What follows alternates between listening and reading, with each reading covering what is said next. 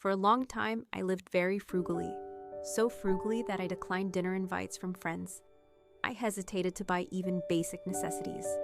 Sometimes I craved a warm coffee at a cafe, but stopped myself. Not because I couldn't afford it, but because a voice in my head always said, "Don't be wasteful."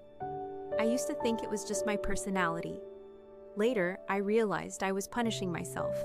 Not for something I did wrong, but because deep down, I didn't believe I deserved to spend money with ease.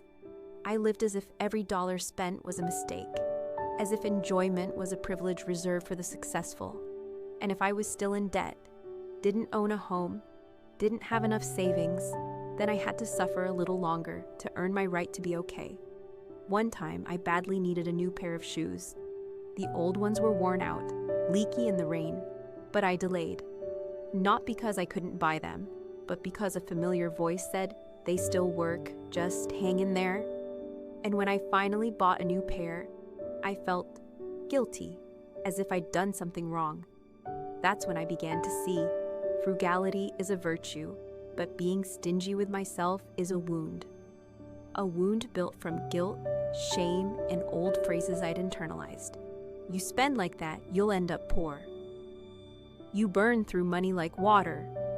Those words didn't just scare me, they taught me not to trust myself. Since then, every time I wanted to buy something, I had to justify it. Had to prove I was worthy. Had to earn my comfort. As if ease had to be bought with suffering. But one day, I caught the pattern.